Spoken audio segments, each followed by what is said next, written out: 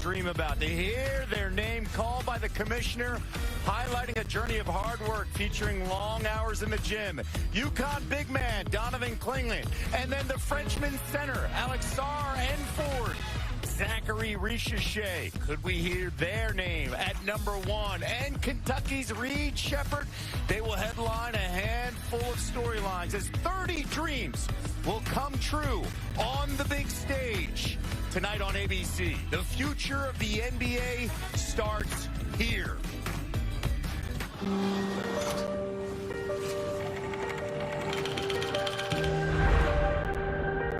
The joy of the perfect fit. Hopefully I can go in and contribute and maybe turn it around. A symbol of past and future. A thread connecting legendary names. I'd love to be like some of the greatest players, maybe even surpass them. A scene held together by a dream. Now this is the beginning, and there's so much more ahead. Banner number 18 has been secured. The future is in the cap. When I was younger, I would put on a hat and act like I've been drafted. The huge representation, a lot comes with it. Adding another stitch in the tapestry of the game. If I heard my name in that draft night, it would be a dream come true. I see basketball everywhere. That's my DNA. Here goes playing it, he put it in. How big was that? That man is NBA bound. This is a night to arrive in style, with one last accessory to come. With the first pick, Shaquille Stephen Curry. Victor Wembanyama. Tonight completes the fit at the NBA Draft. It's all about the perfect fit.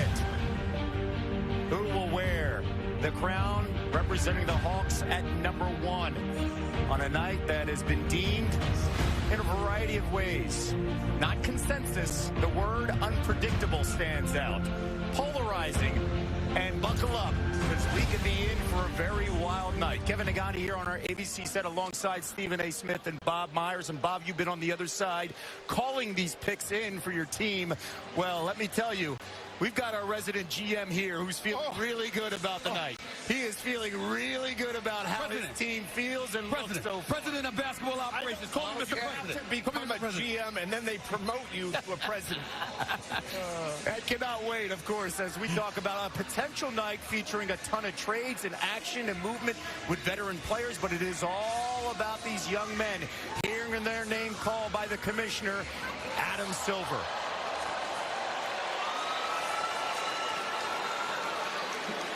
Good evening and welcome to the 2024 NBA Draft. As a new class of players enters the league tonight, I'm reminded of 2 giants of our game who we recently lost. Jerry West, the number 2 pick in the 1960 NBA Draft, and Bill Walton, who was selected number 1 in 1974.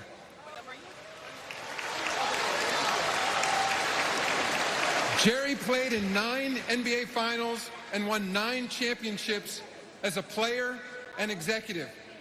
Bill won 2 championships at UCLA and 2 more in the NBA.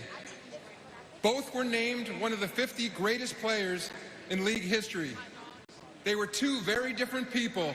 Their backgrounds, their personalities, their interests, and their style of play, all strikingly different. But what connected them was their shared love and devotion to the game of basketball and their dream of playing in the NBA, the same dream that bonds this year's draft picks. Like Jerry West and Bill Walton, all the players selected tonight have their own unique story that led them here to the draft, a culmination of years of hard work and dedication. The draft, of course, is also an important night for our teams.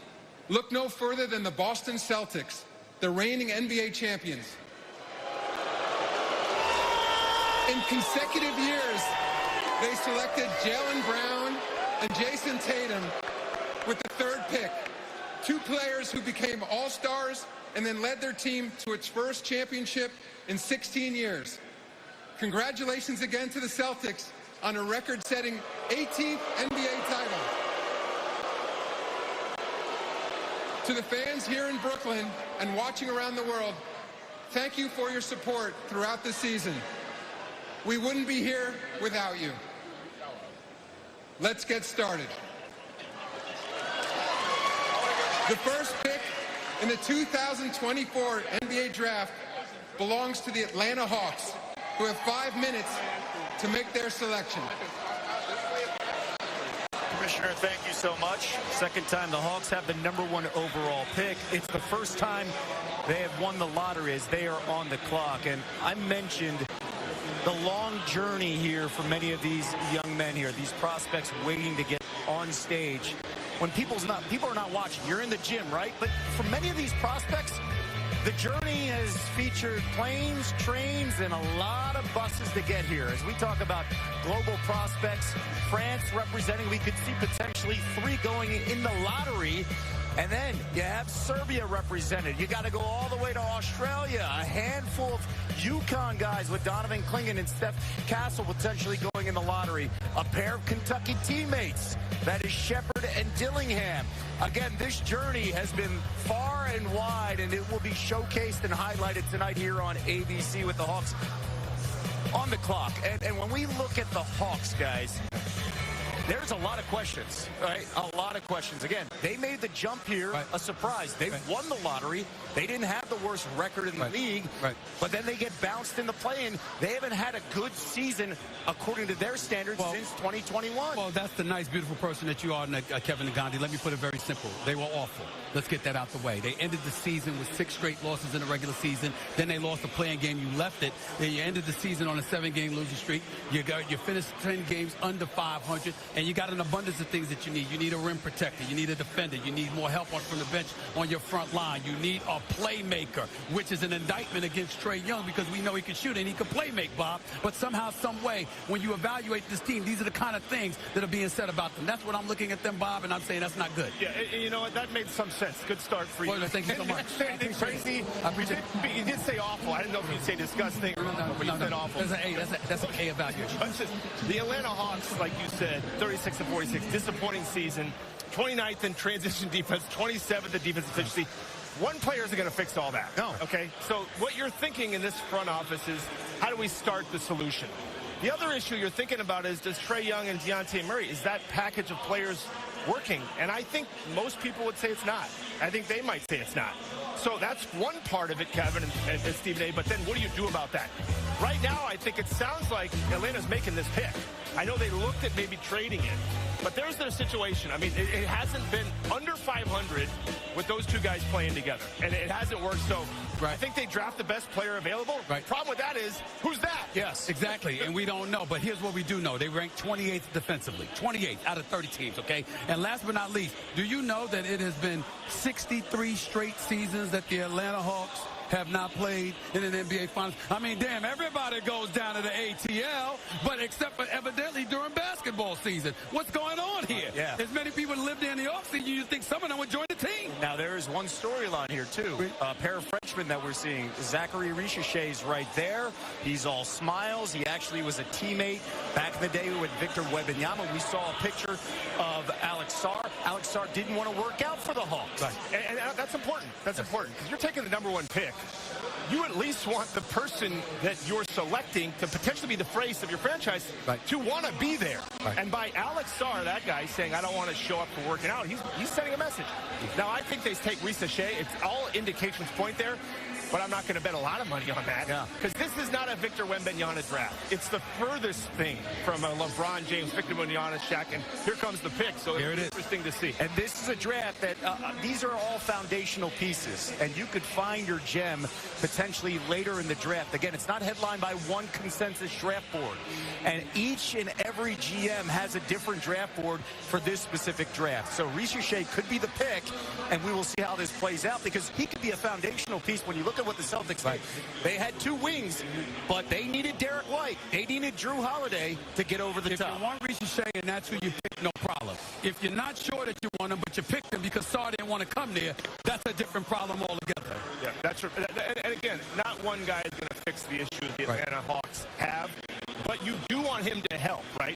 And the question is, looking at Richer right there, it's a lot of pressure when you're the #1 pick, guys. We're going to remember this. The public's going to remember this. So whoever this young man that's taken is there's a stigma. We often don't remember who the #2 pick is. We always remember who the #1 pick is in any draft, in any sport. There's a stigma and there's a responsibility with that.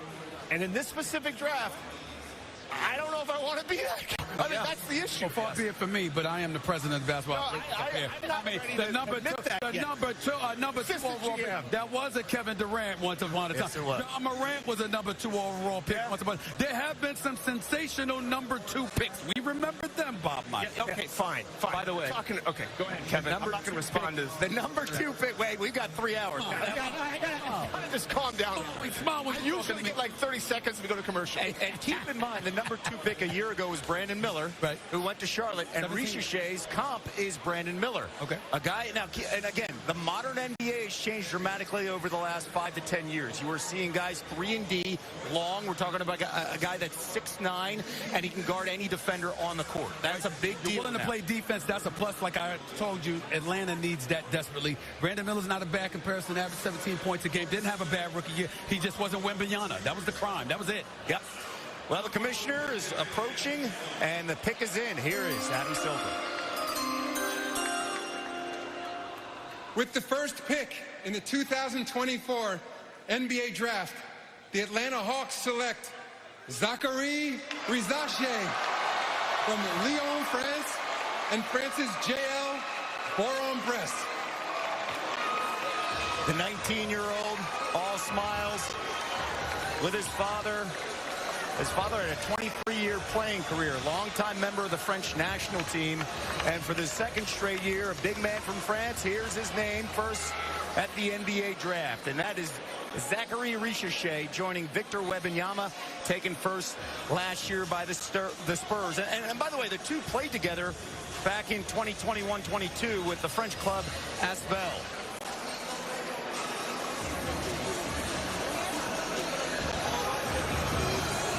As the Frenchman realizing his NBA dream.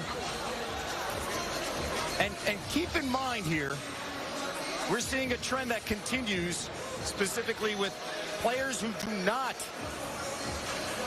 play college in America.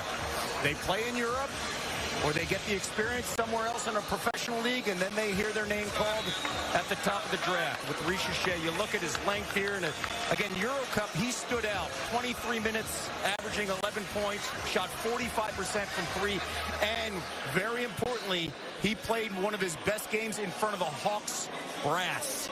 That, no doubt, stood out. As the Frenchman realizes his NBA dream, Rizache explains what it will bring to his new team and which NBA players inspire him. I'm Zachary Rizache. I play for Bourg, and I'm from Lyon. I can bring some versatile ability in an NBA team. And I can do a lot of things on the court, offensively, defensively.